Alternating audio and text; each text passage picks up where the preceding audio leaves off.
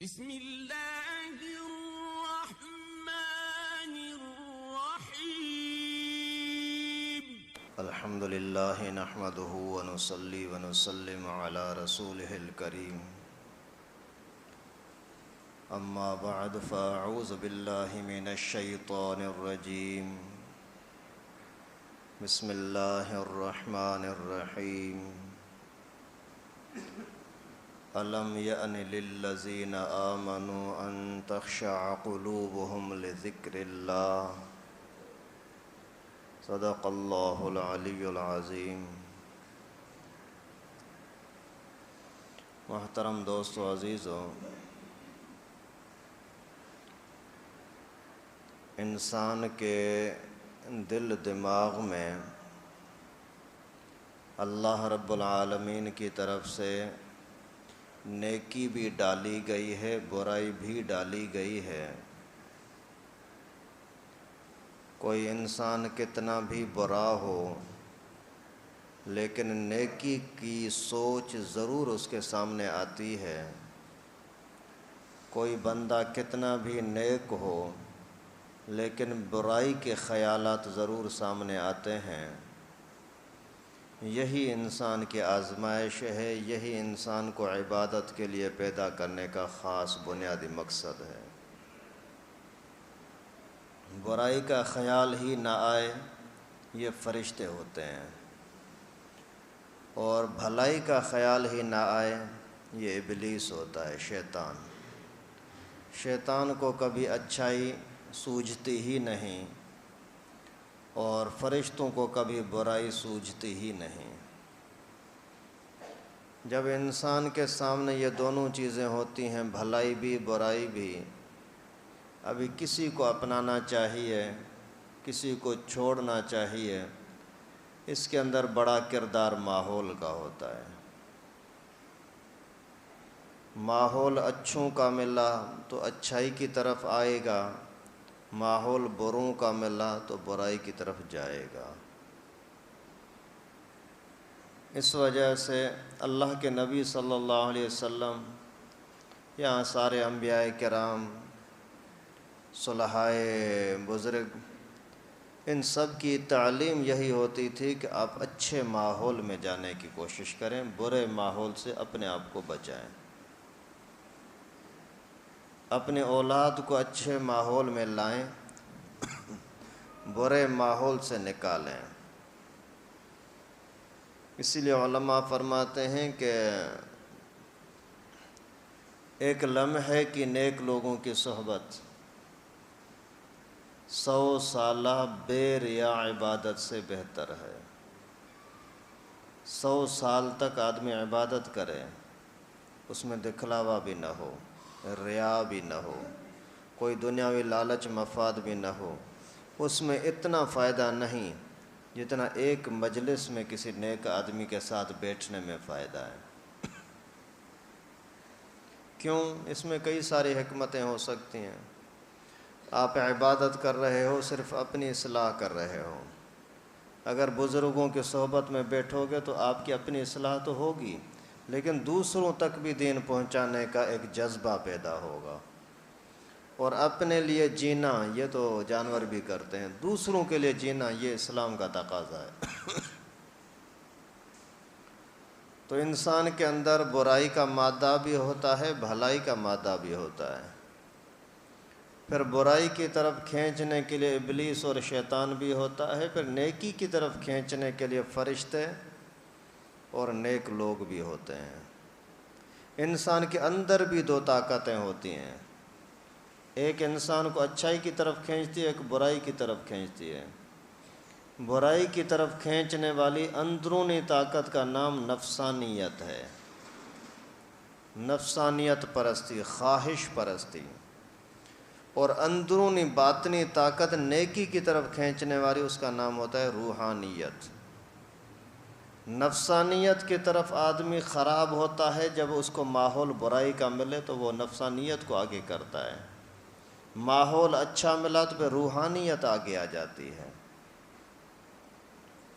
تو انسان دنیا کے اندر آیا ہے تھوڑے سے وقت کے لیے، یہ سارے مانتے ہیں، ہمیشہ کے لیے نہیں آیا۔ امیر ہو، غریب ہو، نیک ہو، برا ہو، نبی ہو، امتی ہو، امام ہو، مقتدی ہو، ولی ہو، متبع ہو، سارے کے سارے لوگ خاص وقت کے لیے آئے ہیں، ہمیشہ کے لیے نہیں آئے. اور یہ بھی سب مسلمانوں کا عقیدہ ہوتا ہے کہ آگے جا کر کے ہمیں پھر اپنا ریکارڈ پیش بھی کرنا ہے.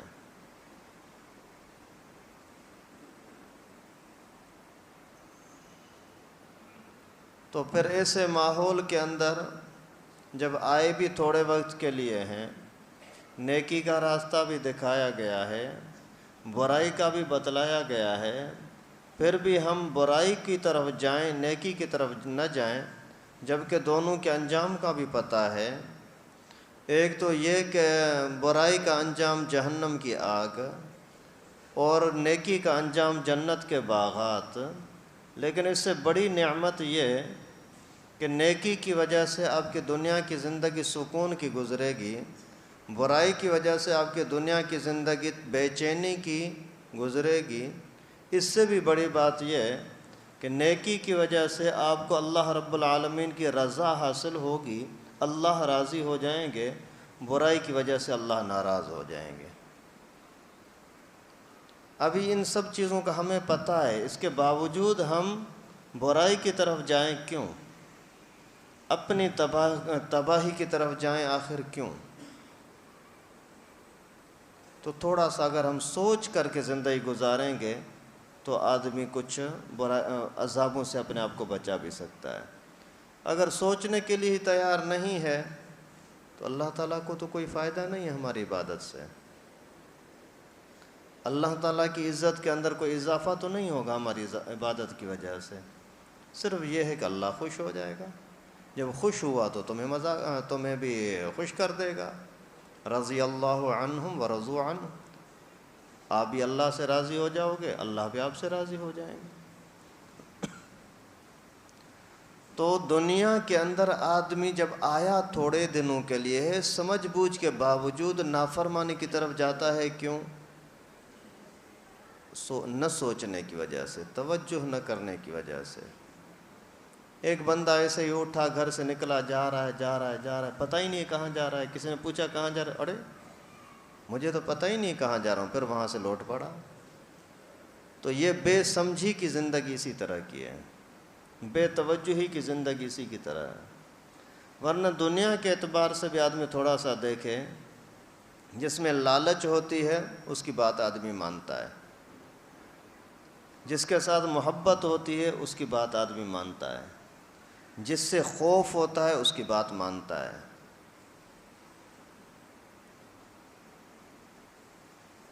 سیٹھ ہے جس کے پاس آپ ملازمت کر رہے ہو، کام کر رہے ہو، لالچ تنخواہ ملے گی تو اس کی بات مانتے ہیں. نیند آ رہی ہے لیکن پھر بھی جانا ہے. جسم تھکا ہوا ہے پھر بھی جانا ہے. کوئی اور کام کاج ہے لیکن نہیں بھائی مجھے تو ڈیوٹی پہ جانا ہے. آپ اور سب چیزوں کو چھوڑ کر کے وہاں جا رہے ہو، 1 2 4 8 10 گھنٹے تک دے رہے ہو. کیوں؟ اس لیے کہ آپ کو لالچ ہے. لالچ کی وجہ سے آدمی اپنی سہولت کو، سکون کو چھوڑ کر کے اس کی بات مان لیتا ہے. تنخواہ ملے گی. اور اسی طرح سے اگر محبت ہو اس کی وجہ سے آدمی اس کی بات مان لیتا ہے. بچے کے ساتھ محبت ہے، بیٹے کے ساتھ محبت ہے، آدمی اسی کے لیے کپڑوں کا انتظام بھی کرتا ہے، کھانے کا انتظام بھی کرتا ہے، ساری چیزوں کا انتظام کرتا ہے. محبت ہے. کسی دوست کے ساتھ محبت ہے، بیوی کے ساتھ محبت ہے، والدین کے ساتھ محبت ہے تو ان کی آدمی بات مان لیتا ہے. اور تیسرے نمبر پر یہ کہ اگر کسی کا ڈر ہو، خوف ہو تو اس کی بات بھی مانتا ہے. سامنے سے کوئی ڈاکو آ جائے، آ کر کے بولتا ہے کہ نکال پیسے، کیسے خوشی خوشی نکال دیں گے.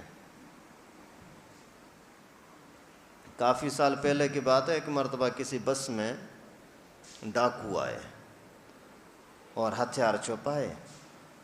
ایک ڈاکو آگے کھڑا ہو گیا، ایک پیچھے کھڑا ہو گیا، ایک اندر گھس گیا بس میں، گاڑی میں، اور کہتا ہے اللہ کے نام پر دے دو، اللہ کے نام پر دے دو. اب ان کو پتہ نہیں یہ کوئی ڈاکو ہے. پوری بس میں 2-3 چکر لگائے لیکن کسی نے کچھ دیا ہی نہیں، 10-20 روپے کسی نے دیا۔ پھر اسی ٹائم پر تینوں نے ٹی ٹی نکالا، پسٹن نکال کر کے بولتے ہیں جتنا کچھ ہے نکالو۔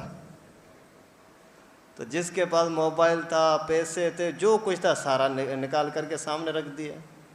تو وہ کہتے ہیں یہ ہے تمہارا حال، اللہ کے نام پر آپ نے یہ 20 روپے دیے ہیں اور ٹی ٹی کے نام پر، ہتھیار کے نام پر آپ نے اتنا کچھ مال نکال دیا۔ تو خوف کی وجہ سے بھی آدمی بہت ساری چیزیں مان لیتا ہے۔ تو اگر آدمی ان ہی چیزوں کو تھوڑا سا سوچے، بھائی محبت کی وجہ سے اگر کوئی آدمی تابع داری کرتا ہے، کسی لالچ کی وجہ سے اگر کوئی کسی کی تابع داری کرتا ہے، خوف کی وجہ سے اگر کسی کی کوئی تابع داری کر سکتا ہے، تو ان سب چیزوں کے اندر آدمی تھوڑا سا اپنا تعلق اللہ تعالیٰ کے ساتھ جوڑ کے دیکھے۔ اگر لالچ کی بات ہے تو اللہ تعالیٰ سے زیادہ ہم کس کے محتاج ہیں؟ ہر چیز کے اندر ہم اللہ تعالیٰ کے محتاج ہیں، ایک لمحے کے لیے بھی ہم اللہ تعالیٰ کی محتاجی سے باہر نہیں جا سکتے۔ کھانے پینے میں اللہ کے محتاج ہیں، کھانا آپ کو مل گیا ہے، تنخواہ مل گئی ہے، راشن لائے ہو، گھر میں پڑا ہوا ہے، پکانے میں محتاج ہو، پک گیا آپ کے سامنے آ جائے، اسی سامنے آنے میں آپ اللہ کے محتاج ہو۔ کھانا سامنے پڑا ہوا ہے، دیکھ رہے ہو، مکمل تیار ہے، ابھی کھانے کے لیے منہ میں ڈالنے کے لیے آپ اللہ کے محتاج ہو۔ آپ کے جسم کی جو رگیں کام کر رہی ہیں اس کے اندر آپ اللہ کے محتاج ہو۔ آپ نے منہ میں ڈالا، ابھی منہ کو کے دانتوں کا کام کرنا، چبانا، اسی کے اندر آپ اللہ کے محتاج ہو۔ تمہارا منہ تمہاری ملکیت نہیں ہے، اللہ کی ملکیت ہے۔ کئی مرتبہ ایسا ہوتا ہے کسی کا منہ بند ہو جاتا ہے، ارے بابا تجھے تیرے ہاتھ بھی ہیں، آنکھیں بھی ہیں، پاؤں بھی ہیں، طاقت بھی ہے، تو منہ اپنا کھول کے تو دیکھا، نہیں کھول سکتا۔ اور آپ کا یہ منہ کا یہ اللہ تعالیٰ کی قدرت سے کس انداز کا بنایا، یہ آپ چبا رہے ہیں، کھا رہے ہیں، اس میں آپ اللہ کے محتاج ہیں۔ اسی زبان کے ذریعے ادھر ادھر گھما رہے ہو، یہ زبان کا دانتوں کے اندر آ جانا، جو اتنے سخت گوشت کو، بھینس کے اور گائے کے گوشت کو ٹکڑے ٹکڑے کرنے والی زبان ہے، وہ تمہاری وہ دانت ہیں، وہ تمہاری زبان کو چھوڑ دیتے ہیں، کیوں؟ آپ ہر چیز کے اندر اللہ کے محتاج ہیں۔ پھر اندر چلا جائے، یہاں گلے میں پھنس جائے، وہاں بھی اللہ کے محتاج۔ اندر پیٹ تک پہنچ گیا، وہاں یہی بیماری کا ذریعہ بنے، طاقت نہ بنے، ہر چیز میں آدمی اللہ کا محتاج ہے۔ تھوڑا سا سوچے تو صحیح، یار میں جو اتنی ساری نعمتیں لے رہا ہوں، کما رہا ہوں، کھا رہا ہوں، آخر کوئی تو دینے والا ہے۔ تو آدمی ہر لمحے لمحے کے اندر اللہ کا محتاج۔